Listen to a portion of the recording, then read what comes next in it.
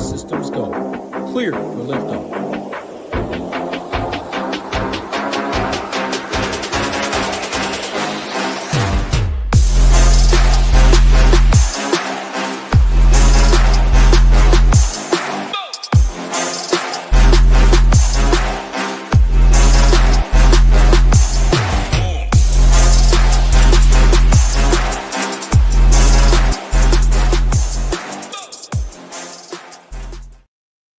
Good evening. Welcome to this weekend's NASCAR Quick Hit here for Ship It Nation.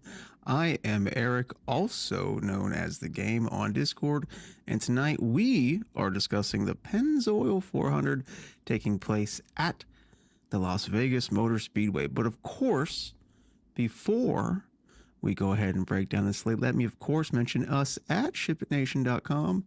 And I literally am having a hard time finding my mouse at the moment. One second. Where did it go? I've never had this. There we go. All right. Hey, let's start that from the top. Welcome to this weekend's NASCAR Quick Hit here for Ship It Nation. I'm your host, Eric, also known as TheGame on Discord. And once again, we are discussing the Pennzoil 400 taking place at the Las Vegas Motor Speedway.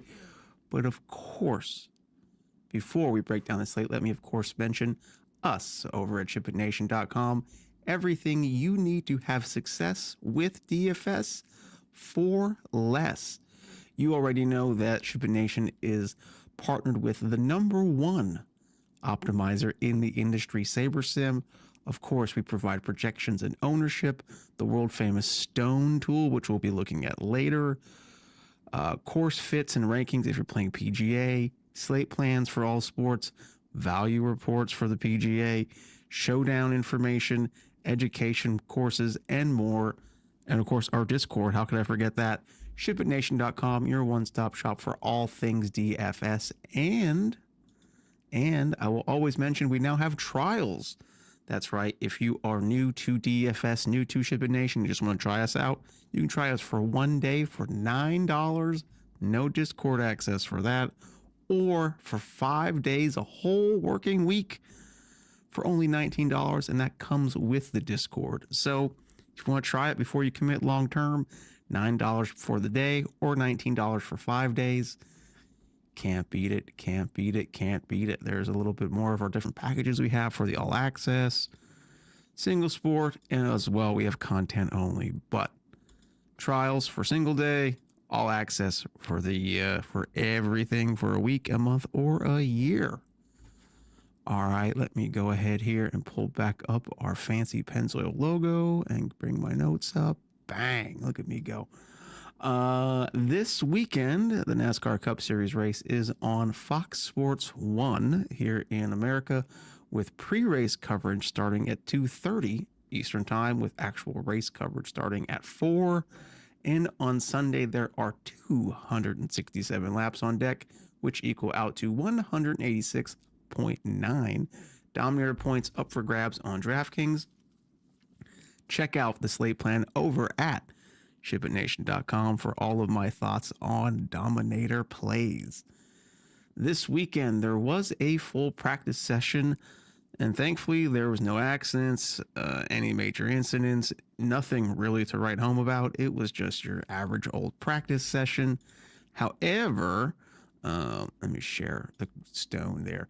I did want to share, and I don't think I'm going to get copywritten or anything by sharing a Dirty Mo Media tweet, but I did want to share this tweet from that was taken earlier this week from the Dale Jr. Download with guest host Brad Keselowski, who actually speaks on Vegas practice. So let me pull this tweet up here and let me share this tab and hit play. Deciding on who. There's something in practice fans can watch for when they're deciding on who they're going to, in their fantasy leagues or whatever, to like, oh, this driver's got it. So Vegas might be the single worst track outside of like a plate track to judge practice speeds off of. Really? Yeah. And the groups. The way there are a couple reasons for it. The way the groups settle out, I think is what TJ was about to get to. And also, like, if you put air in the tires at Vegas and practice, the car will go faster. It's kind of the opposite of what we just talked about with Phoenix. If you don't put air in the tires, the cars are terribly slow, but that's what you're going to need to race and practice. So I feel like every year we go to Vegas for practice. Somebody is like crazy fast and does not show up in the race. And I think you'll see that again. It'll be like Carson Hocevar or somebody like that. We'll go out and set the fastest lap in practice. Yeah. And then the race, they'll run like 15th the whole time. And he's got that edge. There's something in practice fans can So watch let me go for. back now and close this out here. So as you heard Keselowski say, and I'm hoping that audio came through, I think it should have, that he thinks that Vegas is the track that practice literally that you can learn the least from. Okay. Compared to super speedways, he says Vegas is it. And then he says there's always one or two outliers on the practice charts who do nothing when actual practice time when actual race time rolls around. And looking at our practice charts, he's not really wrong here. There are really two outliers, in my opinion. Ricky Stenhouse Jr., he didn't qualify the greatest, but he was fast in practice. Third fastest in the single lap, 6th, 9th, 6th, 7th throughout the rest of the runs. He was crazy fast in practice. I expect him to do nothing in the race. John Hunter Nemechek, same thing. He was crazy fast in practice. Top 5 single speed, 2nd in the 5, 3rd in the 10, 4th in the 15, 20 or 4th in the 20 lap average, etc., etc. John Hunter was also really fast in practice. Now, John Hunter, at least his team is affiliated with Joe Gibbs, as you can see here, who has the first 3 spots in the field, right? But I really can't disagree with Keselowski when we have those outliers. Now, of course, this is Saturday night. I'm making this video. They could run top 5 all day tomorrow. I don't think they will, but I think those are very wise words from Keselowski, and they should be absolutely considered when building your lineups on Saturday. Me personally, I'll probably be ignoring all of this practice data. I really don't use it much anyway, truthfully, when I build my lineups. But those Keselowski words will literally live in the back of my mind all day tomorrow. So I'm personally just going to not look at this practice data at all and build my lineups and my player pool from the power rankings for the most part. All right, here, let me pull my notes up here. Next up is I created some handy dandy graphics today to make this show a little bit snazzier. And here quickly is the Las Vegas winners in the next gen era and how many laps that they led. 2022, we had Alex Bowman, who is actually not in this race. He's out again due to injury. Justin Allgaier is taking his place. But Bowman won the very first next-gen race here in 2022, only led 16 laps. Joey Logano won the fall race 2022, led 32. And now these next 3, we have big-time lap leader domination winners. Willie B, 2023, led 176 laps to the win. Kyle Larson, back-to-back, led 133 and then 181 in his 2 victories. Joey Logano won 2024. He led 6 laps. And Joey Logano's 2 victories here at Vegas, he's led 38 laps in total. So he's great at Vegas. Not really a big lap leader here in the next gen era. Josh Berry won this race in the spring of last year. Kind of a surprise. Only led 18. And then Denny won this very recent race here in the fall and led 9 laps. Also, I wanted to provide you with the lap leaders for each race. And what I did was I grabbed the top 2 lap leaders from each race, just so you can see kind of how this race kind of shakes out as far as laps led, as well as how many potential dominators you may want to play. Now, if you remember, this race is 267 laps. So it's always been 400 miles, 267 laps. So think of that when you look at this laps led to figure out how much of the race was led by these two Dominators. Spring race 2022 had Ross Chastain lead 83 with Kyle Busch leading 49. Fall 2022, Ross Chastain led 68. Brian Blaney led 39. 2023, here's where we get into big numbers for these three races. Willie B led 176, Larson 63.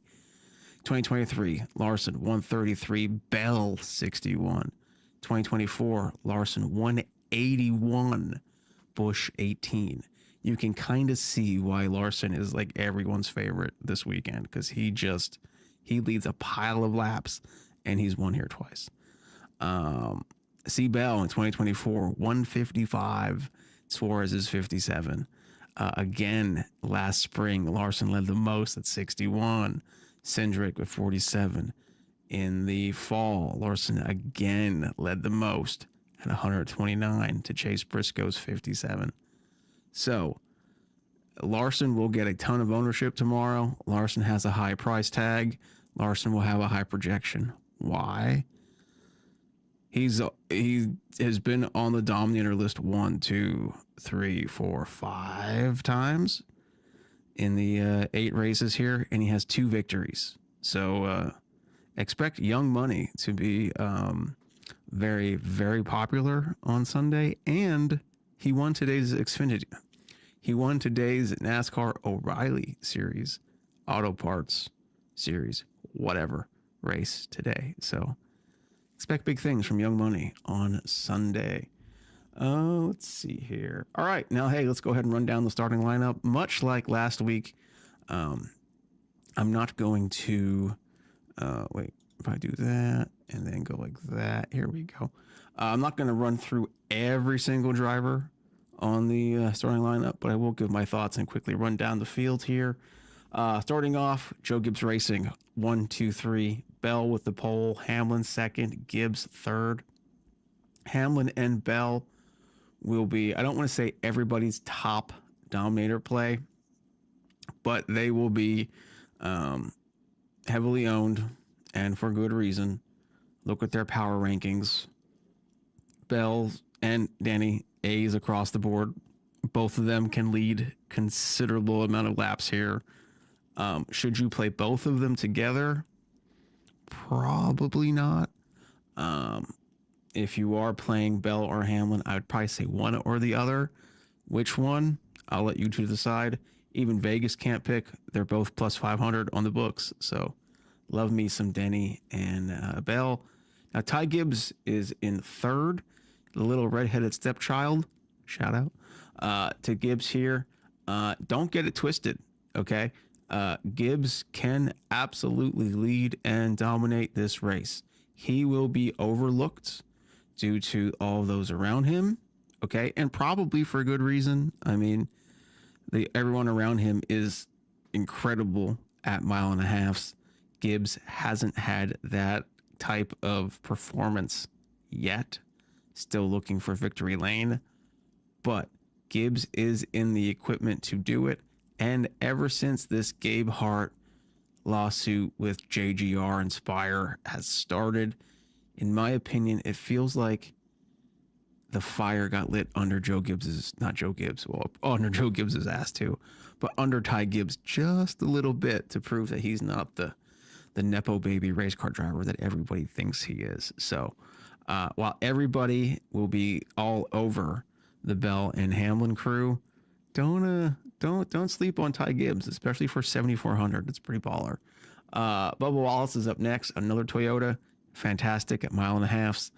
He seems to excel at Kansas and really hasn't had that success at Las Vegas yet. However, Kansas is a incredibly similar track type to Vegas. So I like me some Bubba Wallace on Sunday. Kyle Larson, who we just spoke about earlier here, plus 450 to win. And I believe he's the odds-on favorite. Quick scan. Yes. So plus 450, A pluses across the board. Not the greatest practice speeds. I don't care. everyone, not everybody, obviously, but Larson will receive a ton of ownership. He's only 11K. He was 15K on Xfinity today. So he will get some ownership, but for good reason. As I mentioned earlier, I like these graphics. He has 2 wins, and both of those wins, he dominated 133, 181, and he was on what I consider the Dominator sheet list. Yeah, 1, 2, 3, 4, 5 times. So that's why Young Money is the favorite in Vegas and will probably be everybody's top Dominator pick on Sunday. I gotta figure out a better way to do that so you don't get my full screen, my full face when I click between graphics. Ryan Blaney, I'm totally okay taking a chance on him. We don't really, like we mentioned earlier, we're not caring too much about practice. The fact that he had such a terrible practice and then fired off a fast qualifying lap doesn't surprise me at all. I don't expect him to fall like a dump truck through the field on Sunday. So if you want to take a chance and play some Blaney, by all means, go ahead. Reddick, hottest driver in NASCAR, 1.5 ripping the top is his strong suit. He's won this year, obviously, on super speedways, on road courses, and on regular old tracks. No, he won 3, just 2 super speedways and a road course. But 1.5 is his bread and butter, which is what this is. High tire wear, ripping the top. So the fact that he's only 9,500 kind of blows me away. Even though the 3 races he won has been super speedway and road courses, you think that would boost that salary up a little bit more, but not yet. So love me some Reddick. Ryan Preece is up next. Probably a fade for me. I like Ryan Preece. I don't love where he's starting. And he doesn't have the best track ranking here. Yes, the majority of those stats that went into that track ranking are from when he was with Stuart Haas, but still, probably that's my first easy fade. Willie B's up next. I think Willie B needs something to turn his season around. Now, it's like race, number 5. So it's not like the wheels are completely falling off Willie B's season, but not the performance we normally see out of Willie B. Plus 650 to win. He had as fantastic track rankings. As mentioned earlier, won back here in 2023 and led 176 laps while doing so. So he knows how to get around Las Vegas. And he's 10 grand, which is cheaper than every Dominator play. I'll probably add maybe 1 or 2 more besides Reddick. So, hey, love me some Willie B. Chris Buescher, Austin Dillon. Chris Buescher, sure, I'll give a shot to. Austin Dillon, don't love, especially at that price tag and that starting position. I feel like he will fall back and lose you some spots. Same with Zane Smith, not into that at all. And that could be one of those practice chart heroes here where he was first in the 15 lap, second in the 10 lap. Do we really think Zane Smith is going to be the fastest on the long run tomorrow? Probably not. So that's going to be a fade for me. Suarez, the first Spire car at 6,600. Suarez has had speed all season. I will take a shot on Suarez for sure. Eric Jones, probably going to be a fade for me. I have more faith in Legacy Motor Club this year than I have previous years. I'm just not sure if I have enough faith to play Eric Jones starting in 14th spot. Faith. That sentence probably didn't make sense, but you know what I mean. I need to see some more solid performances from Jones and from John Hunter. But they are affiliated now with Joe Gibbs. So if you want to take a shot, by all means, there's worse drivers you can spend that little amount of money on, but I think he's going to be a fade for me. Chase Elliott. Yeah, sure. Hendrick Motorsports, best cars in the garage. 1,600 to win, which I think besides Allgaier is the lowest Hendrick car to win odds. 15th doesn't give you a ton of place differential off the rack, but still gives you some potential like mid-race Dominator upside. I don't think he's going to go out there and pass 15 cars to get to the lead, like without like some pitch strategy or something of the sort. But he's a very suitable play. I have no problem taking a chance on him. Shane Van Gisbergen, I know everybody normally likes to steer clear of SVG on ovals. I do as well. However, I will take a chance on SVG as this season progresses if he starts deeper in the field. It seems like he picks this stuff up very quickly. He has very much progressed in his oval racing abilities from last season to this season. Love me some SVG. Am I playing him Sunday from 16th? Probably not. If he was starting 26th, probably yes. But from 16th, probably no for me, dog. Ross Chastain, yep, I will take a shot on it. He's been great at Vegas in the past. He's been fast this season. Yes, I will take a chance on him. Chase Briscoe, he will be very chalky. He's starting, 18th in a Joe Gibbs car. All of his teammates are starting top 3. He's starting 18th. You know the car's fast. We've seen him pass people. Briscoe should be in your pool, absolutely. Hocevar up next, 19. Well, I can't believe he's $8,000 anymore. He's plus 1,600 to win, and his power rankings are terrible. So that tells you what Vegas thinks of the speed Hocevar has. And I agree with them. Hocevar has speed. Is Hocevar going to win tomorrow? Probably not. Could he have a very great day, top 5, top 3? Yeah, he could. He could. Now, could he also get into an accident and rub, how many drivers the wrong way? Yes. That's the chance you take for Hocevar. Now that he's 8,000, I think you have to think about that stuff a little bit more, because it's not like the old 7,200 6K play like he used to be, right? Like he has speed, he's going up in price. So that's the kind of thing you have to think about. But I do like Hocevar on Sunday. Riley Herbst, that's a no for me, dog. The fact that that's a 23 XI car with those odds is disgusting. So yeah, no for me. Joey Logano, yeah, I'll take a shot on him.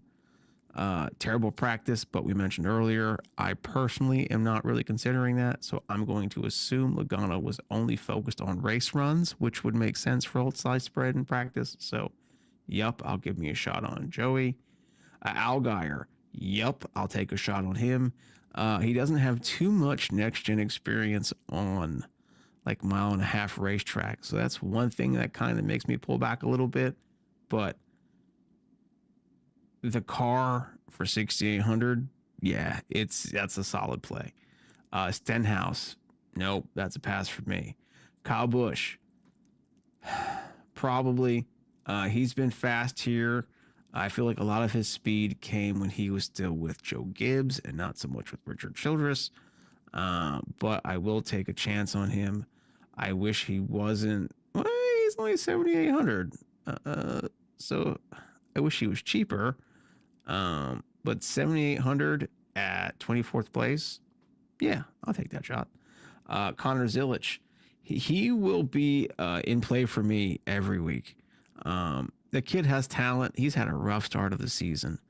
I want to be on the play him too early and get rewarded for it stage, as opposed to missing that boat, right? So is Zilic going to win tomorrow? Probably not. Is he going to get top 5 or top 10? Possible. Very possible, I would say. And he's cheap. Play him while he's cheap, because he will go up in price before you know it. John Hunter Nemechek. Those practice speeds to me smell like fool's gold, like discussed earlier. So he's a pass for me. Gilly. I don't know.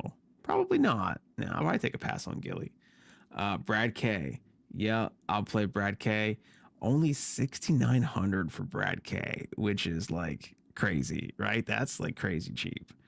I don't want to say that's a misprice, but that seems a little bit very low for Brad Keselowski, even though he hasn't been on fire as he has been in recent years.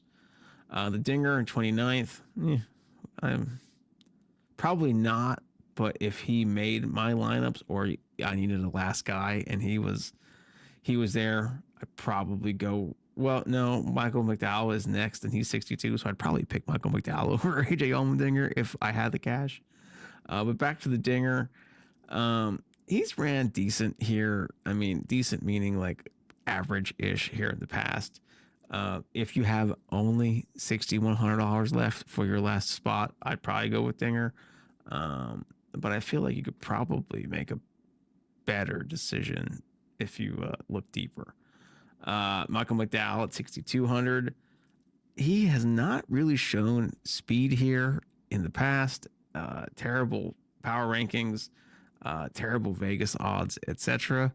I have no problem taking a shot on him due to how cheap he is and the equipment he's in.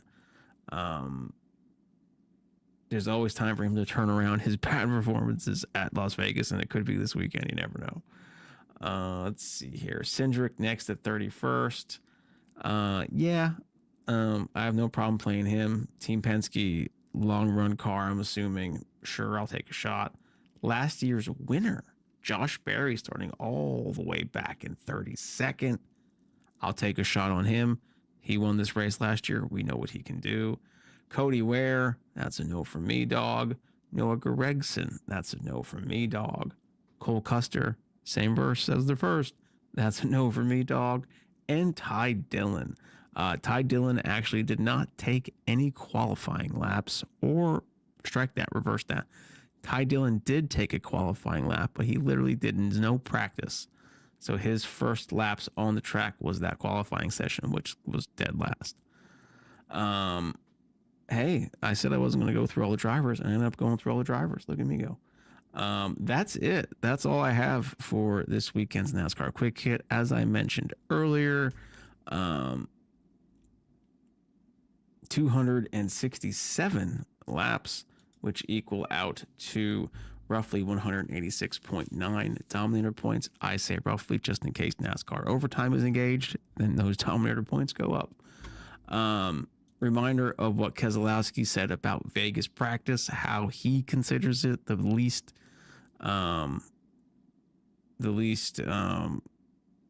track you can judge the least on as far as practice speeds go. So, hey, that's it for this week's NASCAR Quick Hit. Any questions, please feel free to tag me on the Discord. And as always, let's ship it.